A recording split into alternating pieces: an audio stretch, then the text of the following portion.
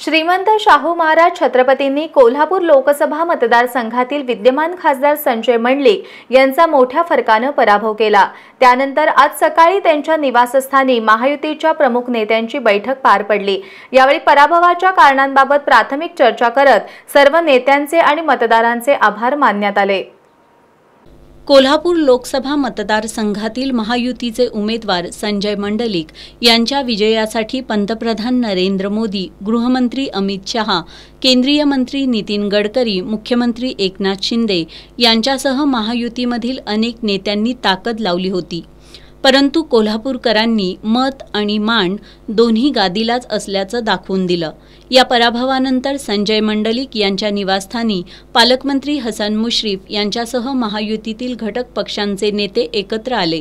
या बैठकीत मराठा आरक्षण आंदोलन, जिल्ह्यातून जाणाऱ्या शक्तीपीठ महामार्गाला होणारा विरोध, श्रीमंत शाहू महाराज छत्रपतींचं जनतेच्या मनातलं आदराचं स्थान या प्रमुख कारणांवर चर्चा करण्यात आली।